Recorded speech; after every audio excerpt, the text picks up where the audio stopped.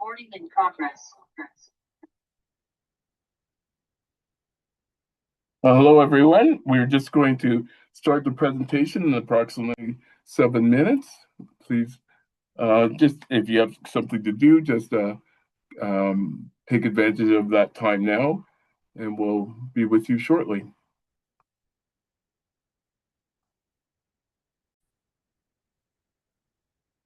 Welcome, everyone, to this evening's School Council Opportunities for Progress and Enrichment presentation. Tonight's presentation is on policies, procedures, and bylaws, and navigating school council governance together. I would like to introduce Nancy Angevine Sands, and she is actually, I should introduce myself. I'm Ricardo Francis. I'm with the Parent Caregiver Community Engagement Office. I do everything school council across 584 schools, as well as the community liaison groups and school council innovation grant. Nancy? Hi, everyone. I'm Nancy Angevine Sands. I am a parent caregiver engagement consultant with the company with Equal Step. I'm also a vendor with the TDSB and am currently supporting the PCCEO in parent and caregiver engagement support and opportunities.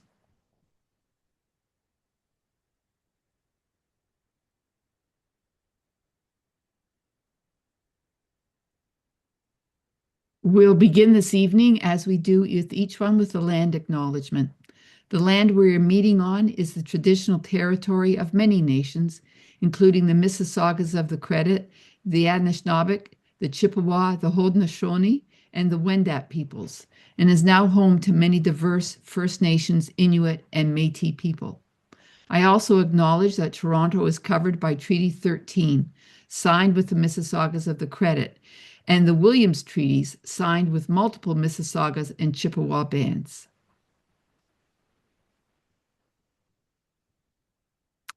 Just to go over some of the meeting conduct and responsibilities, we follow the TDSB Online Code of Conduct, which requires, as we all know, respect for all, that we interact with courtesy, professionalism, and respect, that we show professional conduct in our communications and chat messages, anything that we post to come up, that we understand that privacy is paramount.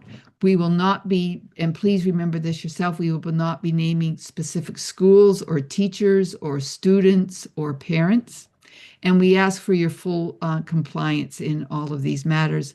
Any contravention of the online code of conduct will result in the immediate termination of this Zoom meeting. Okay. So one of the things to further express what Nancy had spoken to is we really encourage your participation.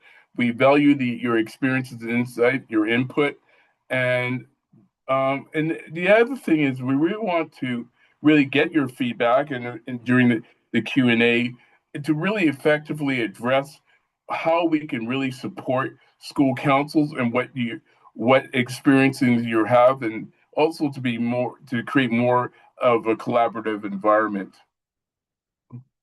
So again, just a reminder that confidentiality is paramount here. Your responses are completely anonymous. Again, what Nancy spoke to, no individual names nor school names should be shared, and only an overview of the results will be shared, which in this case is we don't have anything that we'll be sharing afterwards except for the resources. And the other thing is we're going to have polls this evening. We'd like you to answer those polls honestly, in terms of what you're feeling, how you experience things, and then again share your ideas in the Q&A. Okay. So again, the presentation is about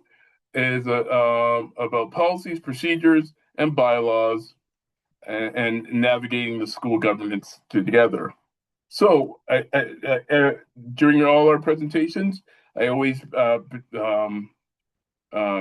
show the multi-year strategic plan. This is the foundation of what we do, not only as school councils, but as a board. And it's about, about really guiding equity, the truth and reconciliation, the belonging of our students and of our parents and caregiver, the achievement of our student, and the and to thrive, to feel that they're comfortable in these environments. And when we speak about the revitalization, that is about our buildings, our resources within the schools, computers and everything, those upgrades that we are constantly seeking to really improve the atmosphere and environment for students, staff, parents and caregivers, and our community. Okay, so this is a quote from Brené Brown, and which we'll be sharing some information at the end of the presentation, or it'll also be available on our website. It talks about integrity is choosing comfort over courage. And what she means by this is integrity means doing what is right when it's uncomfortable. And we always have those things where, we sometimes try and walk away, kind of hide from things because we don't feel, comfortable speaking to it. But it's really about choosing honesty and accountability and standing up for your values instead of taking the safer path and that of as and an easier path, and that is trying to hide from what makes us feel uncomfortable. Being really upfront with things. I'm not saying push it in people's face, but be very honest and demonstrate, what our feelings around things are, and being aware of what other people's feelings are around things as well. Okay, so we're moving to our first poll question. I'm just going to bring that up. Just one quick second here. Polls.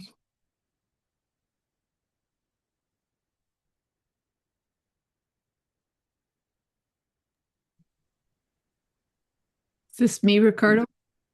Yes, yeah. Okay, so the question is, how would you describe your current understanding of Regulation 612? It does not apply to my school council. I know the basics, but I need a refresher. I've heard of it, but I've never actually read it. And I thought we just meet to talk about pizza lunches. This is Regulation 612. This isn't your bylaws. It's Regulation 612 that governs school councils. So please answer now, and then we'll move on. Yeah. And Regulation 612 is part of the education, is a ministry guideline rather than.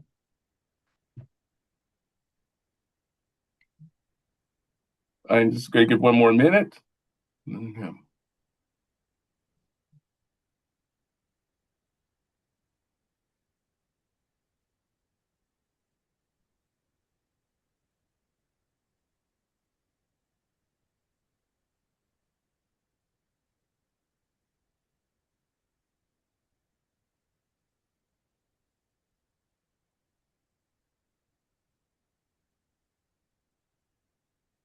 Okay. Gonna end the poll.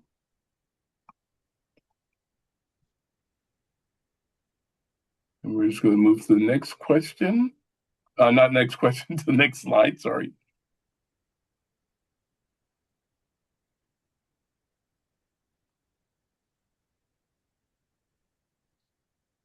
Okay. All right. So, regulation, we are governed with school councils by Regulation 612 and by the human rights and equity policies of the TDSB. For those of you, just to give you a little bit of a background, In between 1995 and 1996, the Ontario government, in response to a Royal Commission on Learning in the province, set up school councils for saying that every school in the province had to have school councils. Regulation 612 was passed by the legislature in the year 2000. And it's part of the Education Act, as Ricardo said, and it governs school councils. It's the rules of the game. And it says quite clearly in one of the very first articles of the legislation that the reason for school councils to exist is to improve student achievement and to make the system accountable to parents and caregivers. So this is what we have asked all year. We've referenced this many times to keep this in the forefront of your mind when you're planning your school council events. Is what you're doing improving student achievement and making the system accountable? It also says that through the work of parents and caregivers, that you are to improve student achievement. So that can mean that can broaden the framework of what you're doing. So you're not just buying things for the school so that the teachers have an easier job with student achievement, but you're working with parents so that they can help their students achieve. Next. So why does it matter for your school council? Well, as I've said, it defines the purpose, the composition, and the duties of school councils. It requires school councils to focus on student achievement and enhance system accountability for parents. It mandates parent-caregiver engagement and communication with school communities. And it's not optional because it is a part of the Education Act, the law of the land. It's the foundation for your role as a school council member.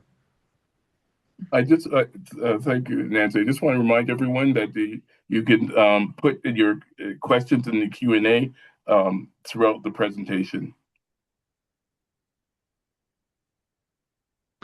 So one of the things that Regulation 612 says is that school councils may create bylaws. The only stipulations it makes is that those bylaws must have election procedures. It must have a way to fill vacancies. It must have a conflict of interest procedure, and it must have a conflict resolution process. Now, most of you, I hope, your councils have already worked on your bylaws. We've talked about bylaws throughout the year in many of the workshops that we've done. And the PCCEO created a bylaw template, which you may use when you are creating your bylaws. We also suggest, and this is a suggestion from the TDSB, that you review your bylaws every 3 to 4 years. We all know that our communities, some communities, all of our schools change in some way. Some schools change quite drastically in 3-4 years. And what worked for past school councils may not quite work for the school council that you have now. So bylaws are not a fixed document. They are there to help you to provide a foundation, for how you can work. I'll just say here, as I've said before, your bylaws are not meant to dictate every single thing you do and how you're going to do it. I sometimes liken bylaws to the outside framework of a house, so that you could say, oh, they're building a house. That's going to be a 2-story house, or that's going to be a bungalow. But it doesn't tell me how many bedrooms I have and whose bedroom is where and where the kitchen's going to go and what color the walls are going to be. It's going to give you the framework, something that you can build on. I'm just going to add one thing in terms of school councils having to create bylaws. Not all schools have to create their own. They can also use the bylaw template, but all schools must have bylaws. That's all. Okay, I'm trying to switch the slide here. Okay, so this is me. So this as you can see, this is from oh, what's her first name? Ishimura. What's her um oh what's And Anne Ishimura. She is one of the gurus in terms of parent engagement, and this is kind of a summary of what inclusion and equity can look like. And so when she speaks about inclusion, it's a bit about inviting all parents and caregivers to the table. While equity means ensuring everyone can fully participate and influence decisions. So what this requires is removing barriers, and those barriers could be language, access, like where you see here, ramps, power dynamics, and those things are, of course, or things like people's backgrounds in terms of who they are and exercising that power dynamic, um, and and all these things, these barriers, kind of like prevent meaningful engagement. In practice, what we like to do is to shift from simply listening to our parents and caregivers and to sharing decisions and making, empowering them in terms of their involvement in the school council processes. And I'm going to speak further to this because Nancy always speaks about this. It's inviting those people who are at the margins, those people who don't participate, and giving them an opportunity to join. It's like, when the kids are in the school yard and you have that one young person sitting at the fence. It's those of us who are inviting them from the fence into our circle. Okay. So this is another because and this is part of what we're in terms of what we're doing in terms of our um, presentations is really also bringing in those individuals that speak to us. Most of them being American, but it just gives us an opportunity. So when we talk about we talk about this whole thing of um, kindness and being unkind and the armor and the curiosity. And I'm just going to explain what this is. Kindness is not avoiding difficult conversations. It's really about communicating clearly and honestly. Like, a lot of times the direct approach is such as saying no. Well, or provide, but if you're saying no, that is fine. But it actually helps people understand what your direction is. But in saying that, the communication must be clear and respectful. It's not to arise confusion or mixed messages or false expectation. And to summarize, in essence, what Brene Brown is speaking to is that people often make the mistake of uh, for kindness being nice and polite to avoid conflict. It's actually unkind because it robs others of the ability to have clarity. They need to understand the situation and improve and build trust. So I'm even going to further speak to this.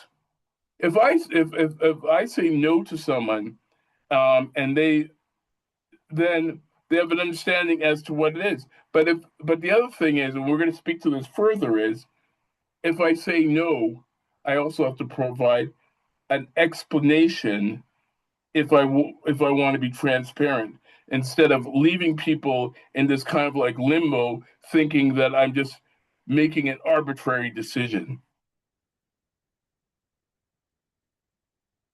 Next poll question. I'll just bring that up for you.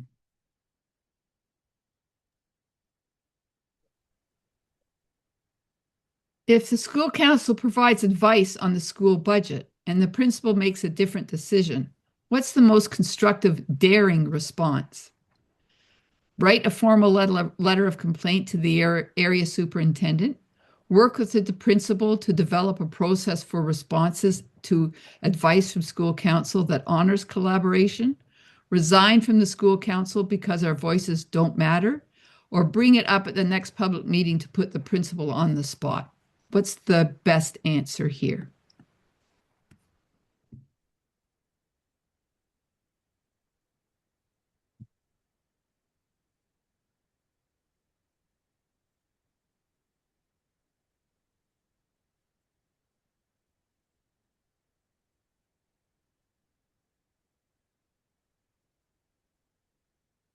One more minute.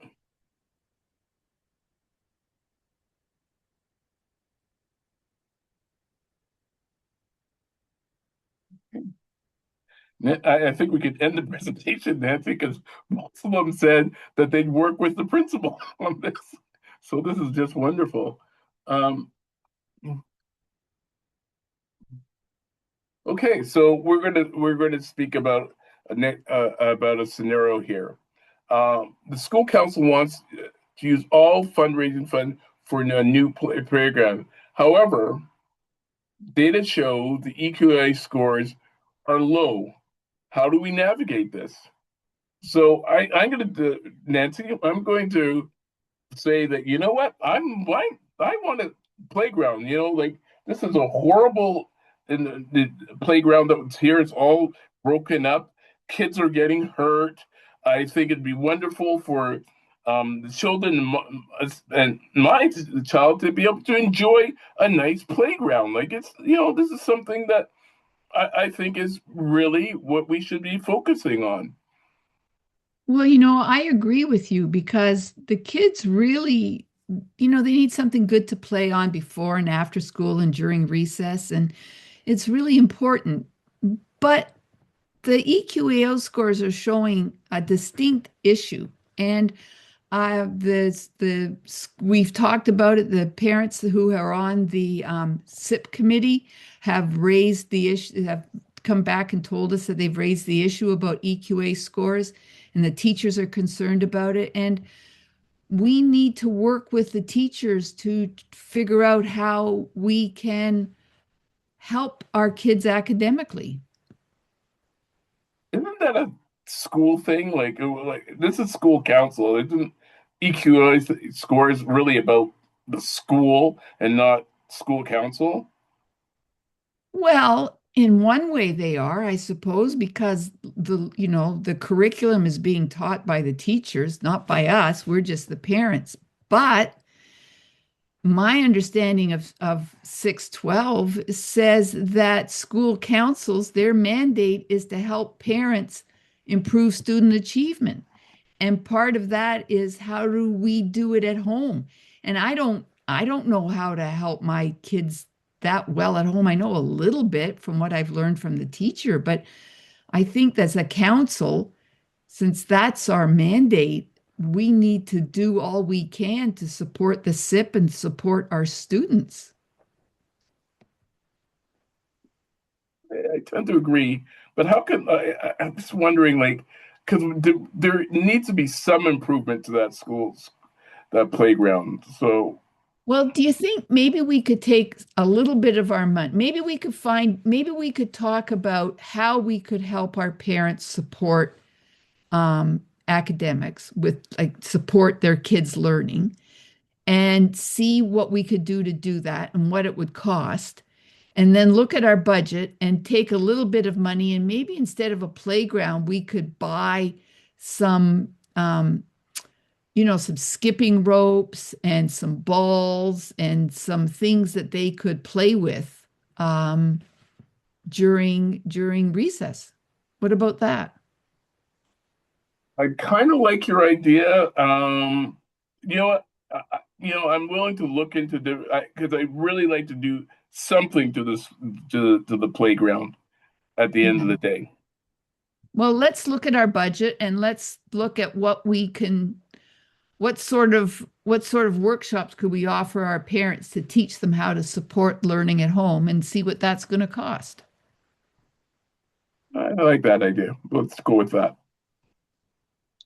So that's an example of the school council working together. Now we're going to be looking at how it would work with a principal, um, and what Brown speaks to is the armor up, and that's when we feel that a clear no is when a clear no is we feel it's an attack, but is an act of respect. It removes confusion and it makes us feel that okay, we know where we stand. But that doesn't mean that we know where we stand stand does not stop us from moving forward. And one of the things that Brené Brown says in terms of moving forward in that conversation is asking a curious question like this: help me understand the concern so we can find a better way of moving forward. Because this allows conversation. We know that some people have a different approach to things. We know that we're all individuals, and some people may appear to, be holding the line, but in reality, they may have some other motivation as to why they're doing this request. There may have been some incident that happened. So it's just a matter of us digging. And when I speak to the digging, it's not in terms of we can't dig into personal issues of students um, or, uh, or, or, or parents or caregivers, but just to have a broader understanding. So here we have the steps. So we talk about the step one. Your first instinct may be to be defensive and argumentative or withdraw. Instead take a deep breath and just a genuine question. Help me understand what the issue is here. What is the constraint? Um, and then it just kind of like changes the whole situation in terms of the principal feeling they're under attack. Um, and it's more about solving the problem than not winning a fight or so that this is all and this comes into place around budget policy and things like that, and it may be something clearer in terms of the timing. Maybe it's not about um the here and now is they're saying no now, but maybe later. So or there may be competing priorities. So step two is to seek clarity. Um, and and if the principal says maybe later, then you seek a timeline. When just to be clear, um, is no going to is it for like this month or when can we do this? Is and just we're just seeking either a timeline or a yes, whether and then the timeline. And the other thing is a lot of times we have the well, not a lot of times we have Regulation 612, and Regulation 612 gives councils the opportunity to provide advice to the principal, and in doing so, the principal must respond. So when we look at and sometimes if we're going in the back and forth, my best advice is to document those conversations. Document, or just send by email so you have those um, those documents so you can go back and forth later on. Um, and the thing about one of the things that I always speak to is when you're having these conversations, like if and you realize and you come to a point where you realize, oh my God, this is becoming kind of contentious. Those sort of arguments you prefer to have that your co-chair or your co-chair or maybe someone that you feel in your membership is better suited to have those conversations with the individual so they're not so they don't become adverse adversarial because that's what we want to avoid. So remember, it's a bit more about curiosity first, and then clarity second, then documentation third. And this is how we should move towards a productive conversation. Just 1 second. Okay, I'm just going to answer one of the questions here in the Q&A, and I'm just going to read it to everyone. The TDSB template states um, and 1.2 council or legislative body governed by Regulation 612 Ontario of the Ontario Regulation Act.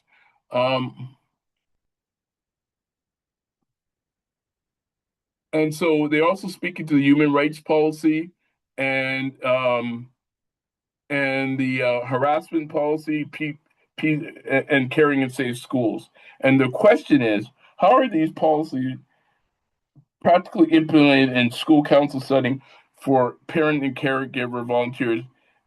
For example, workplace harassment. Well, okay, so you speak to workplace harassment. I'm gonna. There's another policy. Oh boy, PR 739 that actually addresses school councils specifically as opposed to workplace harassment. And yes, how do these policies come into place? Well, what they come into place in many ways. When we are having discussions with school councils or individuals call us in regard to the school council issues, we refer to these policies as our guide as to how we move forward in terms of addressing those issues with the board. And so when you first speak to your principal, they're going to go through this, and if it's not the principal, it'll be the superintendent, or I'll be contacted and they'll be speaking to this. So yes, at every uh, point in time, we are addressing these issues utilizing the policies. Um, and so to and this could be internal issues within the school council. And within the school council, you also have the conflict resolution process, which you would go to first, and then if you're unable to resolve that, then the principal would get involved, then the superintendent, and in between there, I'd be involved if I'm contacted by the school council. I hope that addresses your question. And the next question is, how are we supposed to fulfill the mandate of ensuring accountability if we can't be involved in the staffing process? Okay, well, I'm gonna that one I I well I can answer this way. The involvement in the staffing process is been removed by the ministry. My understanding is that the TDSB was one of the few boards in Ontario that had that parents were parents and caregivers were involved in that staffing process, and so this is a question really if you to be addressed with the ministry because that was a ministry guideline that was recently provided to all boards that um, parents and caregivers will no longer be involved in the staffing process. Okay, so we'll move to um,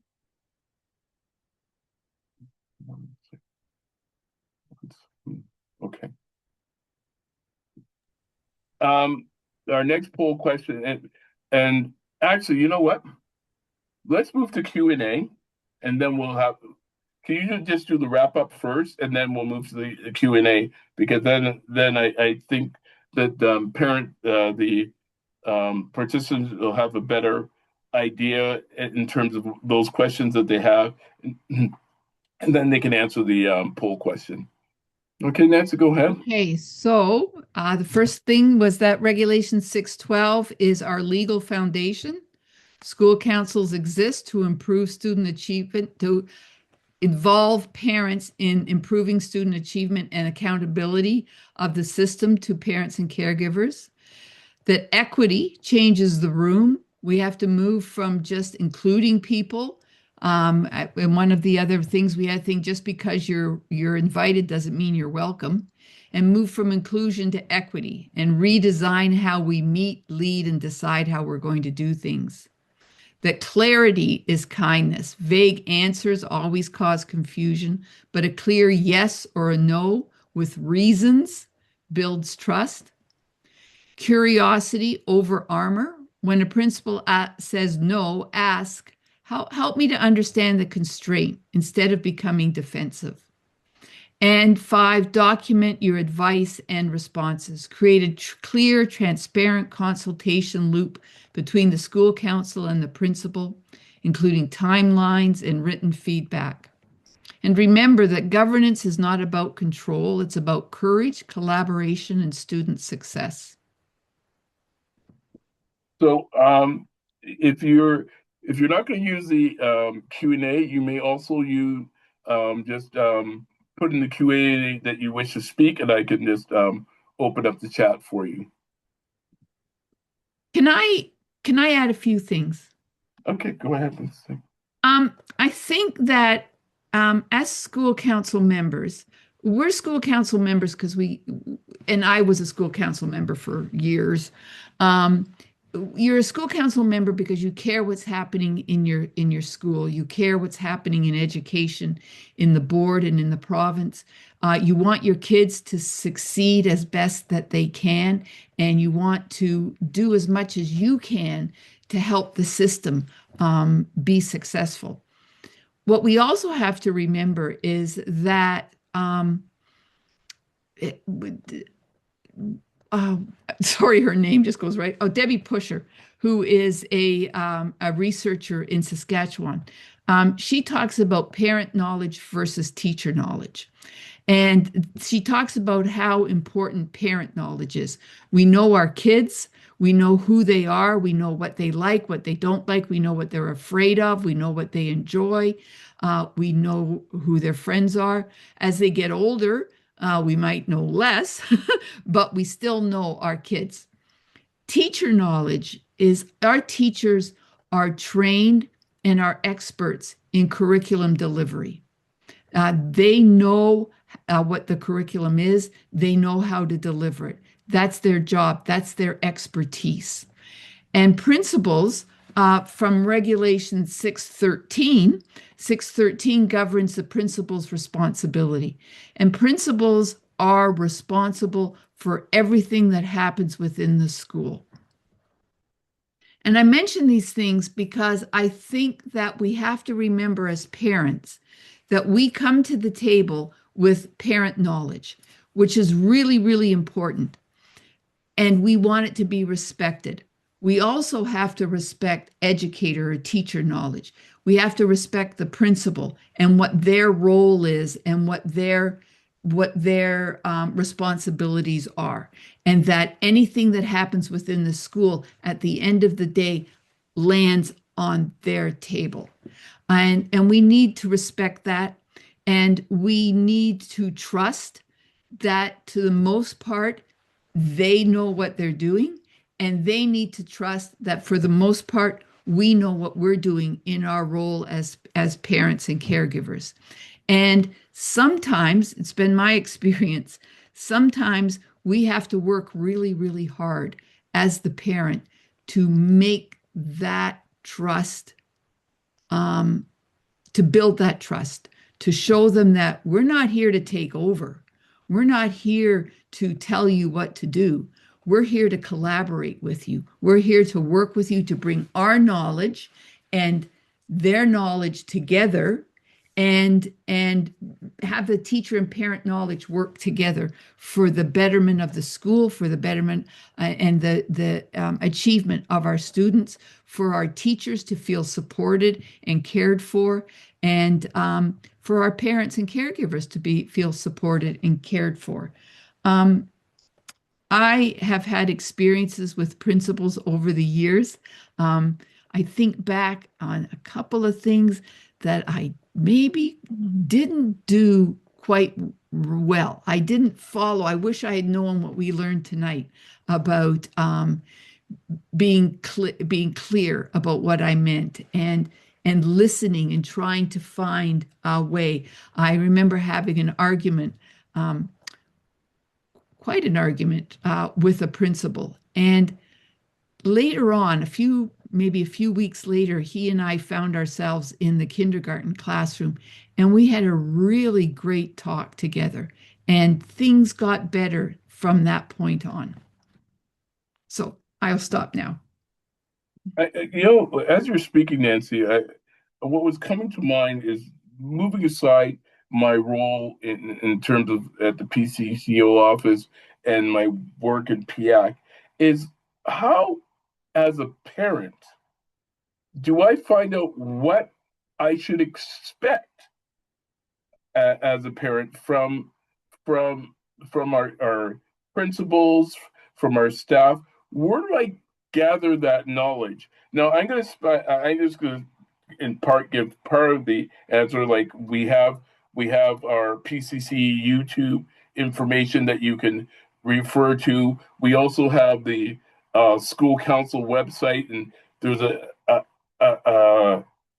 a lot of information there as to the policies, procedures, that sort of thing. But in terms of those expectations, where can that be found? Where's that information for our parents and caregivers? Where's that understanding?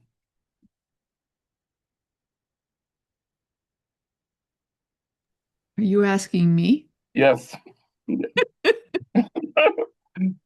I think it's in these webinars that we do that you can find on YouTube. There's from this year, last year, a couple of years before, sharing information at the conferences that PIAC and the PCCEO hold, sharing experiences here and sharing experiences and learning and listening and reading with our council members. Yeah. The other thing I'm going to speak to is, and this is in terms of how my learning occurred. It occurred when I was I wasn't so much with school councils as much as with PIAC, but it's learning from those individuals that were part of those of PIAC, part of the school council, and understanding what they've learned. But in saying that at this point in time, it's also um, when we speak about student achievement, what does that mean? And so I think maybe, well, no, I'm going to say that I'm going to start gathering I have the resources. I'm going to start sharing those resources with our on our web page. So in the next couple of weeks, you'll be see a lot of resources, and you'll notice that we spoke about Ann Pusher, and Ishimaru, Brené Brown. These are individuals that this is what their life's work is about, and so to have that information will give you a better understanding of what parent engagement should actually look like. And so, yeah, I think that would be. It just came to mind as we're speaking, that what, where do I go as a parent to really have a full understanding as what those expectations are, and also to give us the tools to really help us navigate the system. I think that would be of a great benefit, and and I'm going to provide that information as well as Another the resource. place, Mm, sorry, Ricardo, another yeah. place, if you Google, you just Google school council handbook. Every school council used to have a handbook in their school, and it may still be in some dusty corner of your school. You never know. But if you Google school council handbook, this was written in the early 2000s for school councils. I've mentioned it before.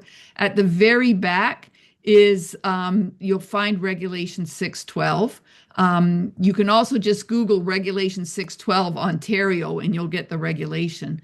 But the school council handbook gives a whole pile of information on how and suggestions and templates on how to make Regulation 612 work, how to make school councils work. My suggestion to you, I think it's a really valuable document for every school council. My suggestion to everyone is read it in little bits because it can be very overwhelming. Maybe you just want to learn how do I how do I how do I send out nomination forms for the election? And you just want to read that. Or what's the best way for me to run a meeting? And you want to read that. But it's a really great document to have. So again, Google School Council Handbook. Well, I'm gonna make it a lot easier for them because if you Google TDSB School Council and you go to the quick reference guide, all our policies. The handbook is it is there. It speaks to our fundraising policies, all there. Everything is there just under our quick reference guide, so you can just go there and print that off, or just click on the links, and you'll be able to get and everything on that site is current. So I'm just going to go to our poll question. We'll continue with the Q&A after this. Just one moment. I'm just going to bring up the poll.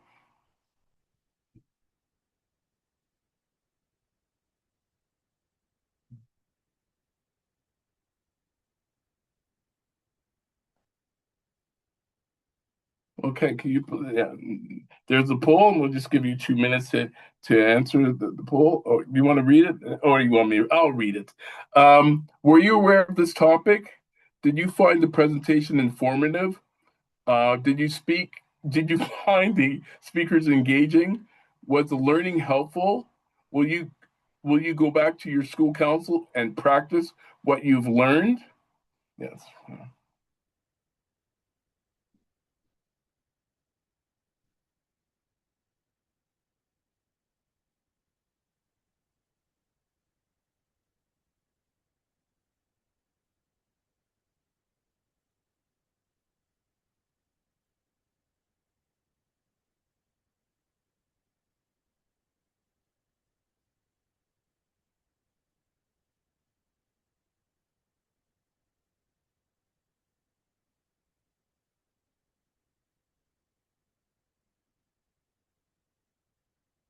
Okay, I'm just going to end the poll.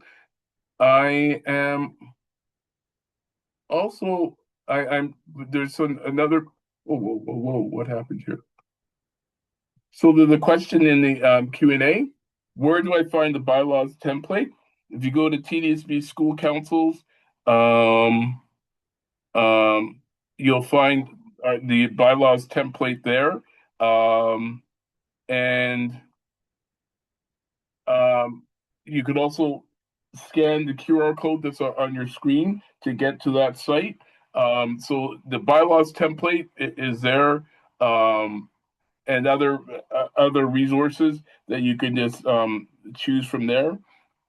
Okay, next question is this where we could set up how we could pay for and maintain a laptop for council purposes for a seamless process to set up meetings and tracking?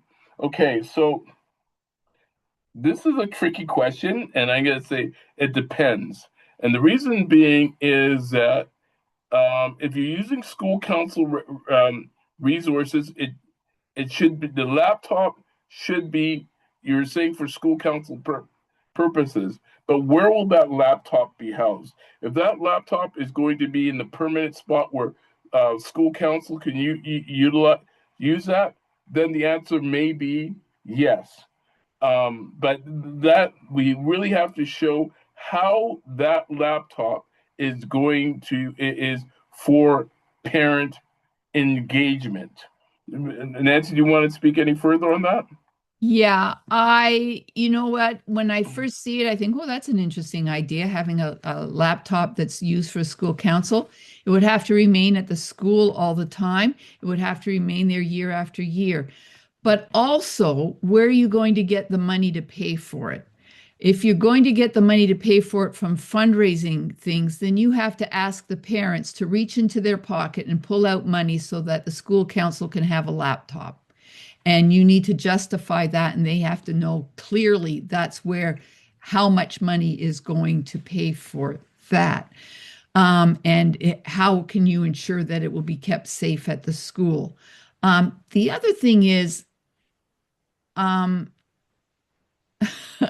it's been a while since I've been in an elementary school. I'm assuming that almost all schools have computers, at least in their library, and I would think that talking to the principal about having access to one of the school computers might be an alternate way of doing it. Yeah, yeah, because yeah, and especially for those schools that don't have fundraising monies, you only have $500 for parent engagement and $1.25 per student. So your funds are kind of limited.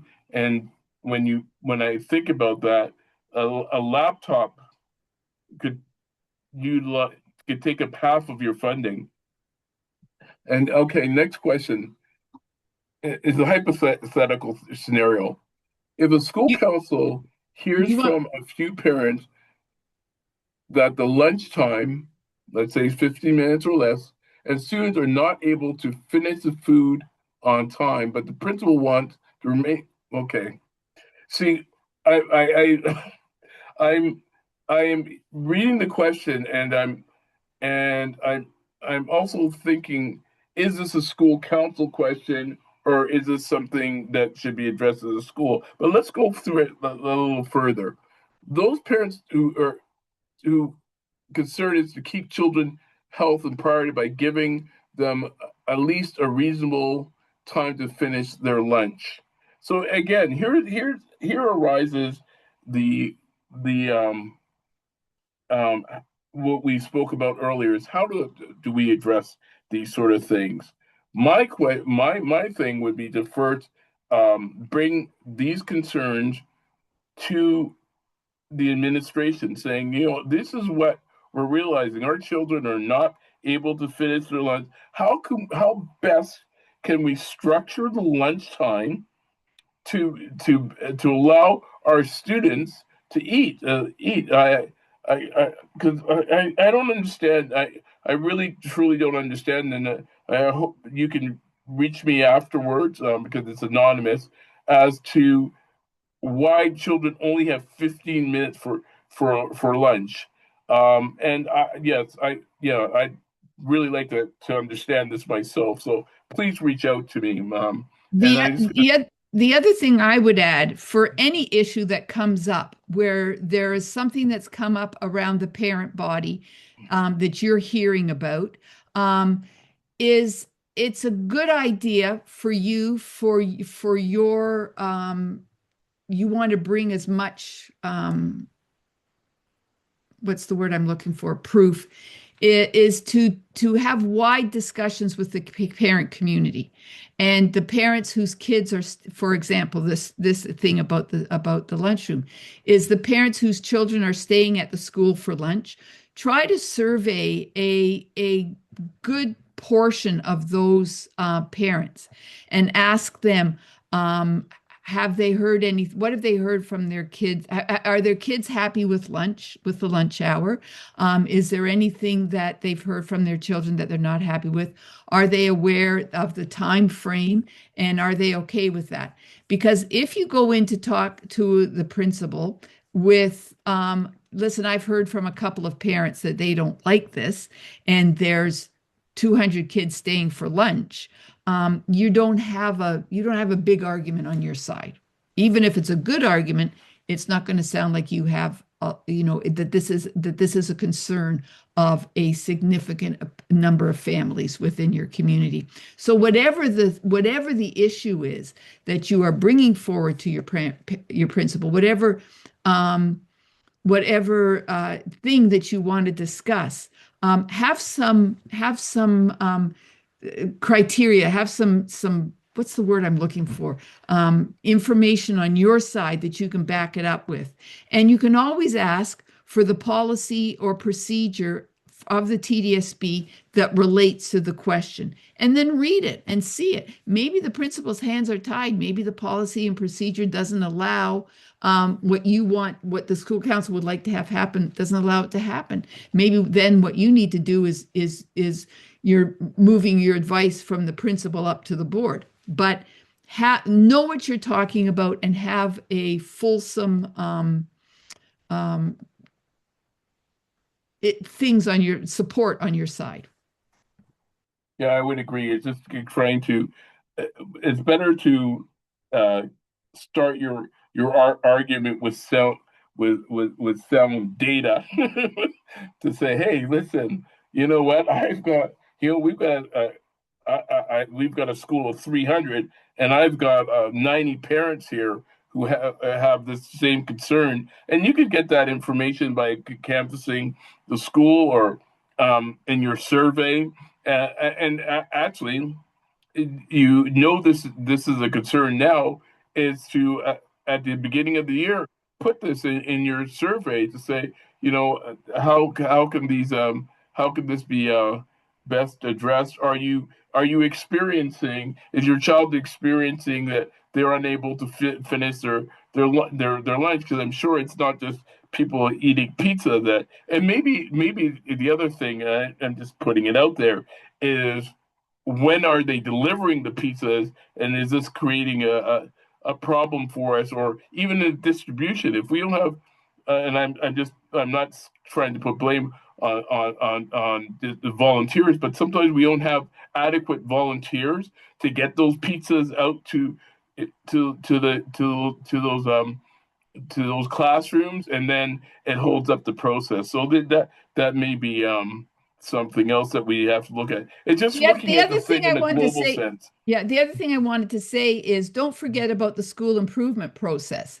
So some concerns that you may have may be something that could be brought forward under the school improvement process of the academics, equity, and well-being.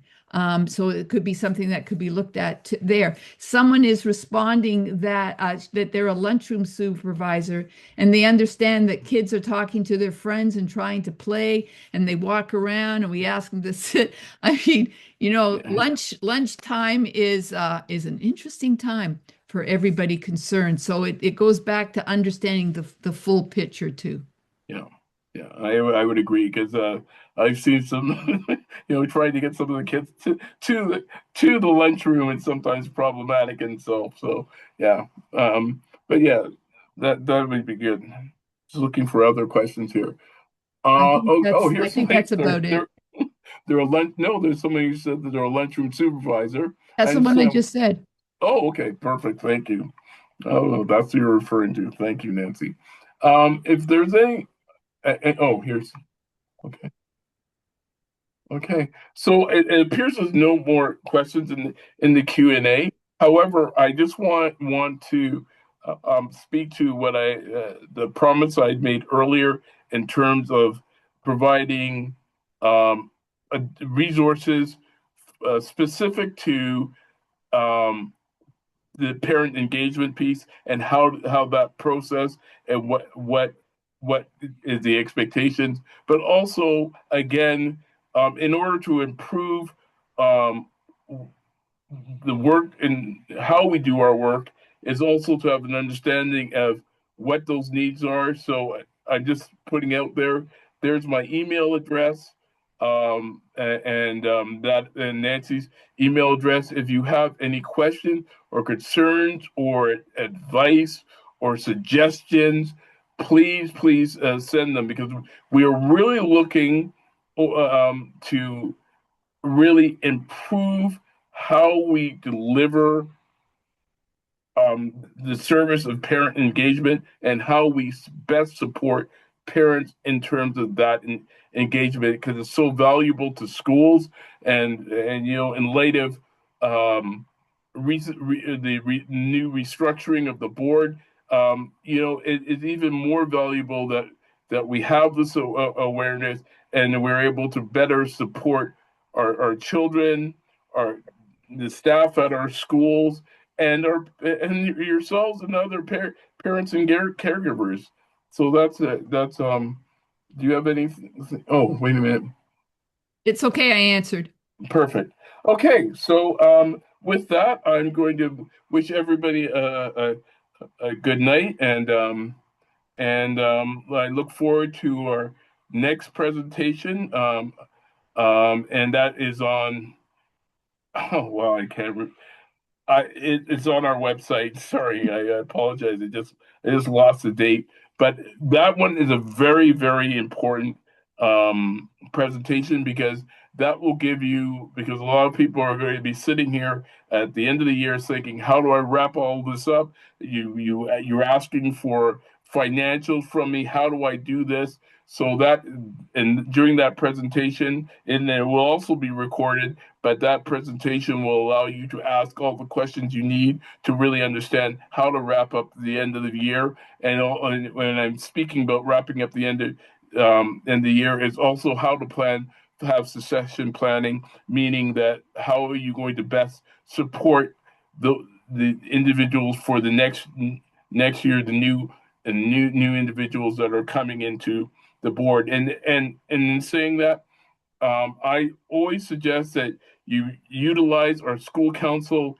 emails, so that that people can look at the history as to what happens, and also to maintain a Google or some other database for information, so that when you're having the fundraising, or you're having a book fair, or you're having supporting parents with curriculum, or reading, that you have that information there, so we're not constantly reinventing the wheel. Or if it's not, so that we could either improve on or use that information that our previous school council colleagues have created for us. Anyway, so again, good night. Sorry, that was a long good night. Nancy, if you have anything. I would just say, as I end, every single one of you is a volunteer. You have your families, you have your jobs, you have your life, and to take the time that's required to be a council member is extraordinary, and it's invaluable. And I'm speaking from a long viewpoint. Um, I don't want to say how long. That what you are doing as a school council member is one of the most important things you'll do in your life. And I thank you from the bottom of my heart for all the frustrations and you put up with, but also all the joys and the successes and the work that you put into it. So thank you. Thank you. Everyone, have a great night. Good night.